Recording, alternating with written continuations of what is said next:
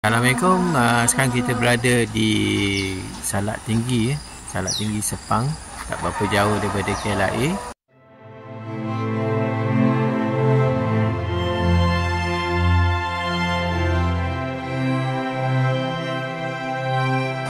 Dan pasar Salak Tinggi sana tu tak jauh jugalah masuk ke sana. Jadi yang ini adalah berhadapan dengan, bertentangan dengan apartmen yang sedang dibina, dan ada satu sungai menyeberangi sungai. Inilah kawasan dia, tanah seluas 1.64 ekar,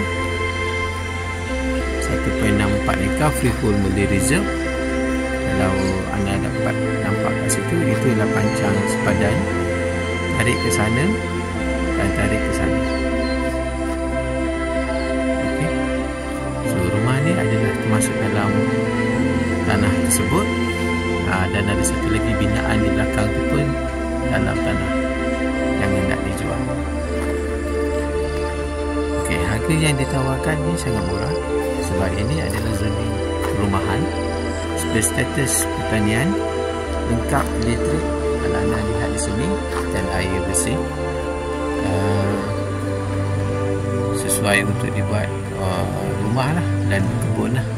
Siapa yang ingin memiliki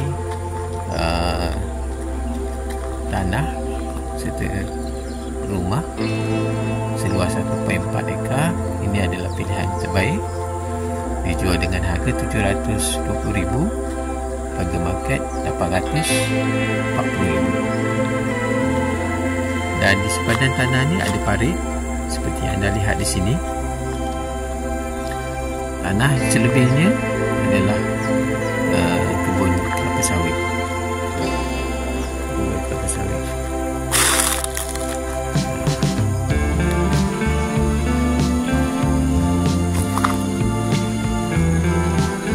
Nampak bangunan putih yang itu pun sekali lah dalam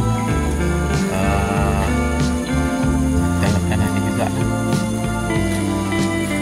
Dan yang itu ada kejiranan dia. Kawasan ni ingin maklumkan juga, kawasan ni saya dah berbual dengan penghuni rumah sana. Dia kata kawasan ni pernah banjir, tapi dah lama tak banjir disebabkan kenaikan air daripada parit ke sungai depan tu.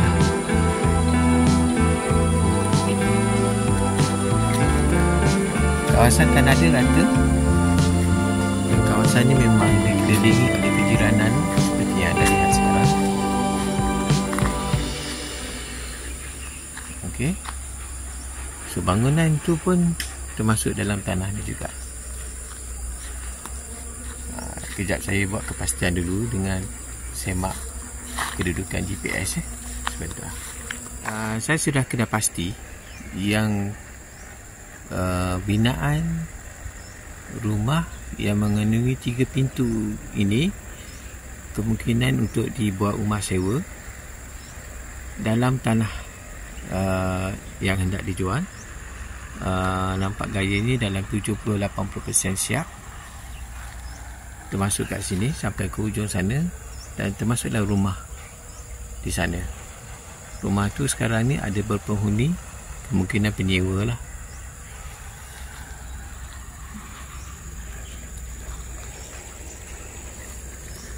Okey, so sepadannya betul-betul di penjuru rumah tu bersepadan dengan jiran sebelah, terus tarik ke sana.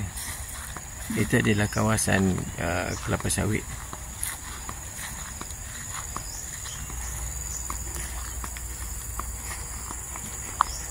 So untuk maklumat lanjut sila hubungi saya di nombor di atas. Jangan lupa like, subscribe dan share. Kita jumpa lagi. Assalamualaikum, bye.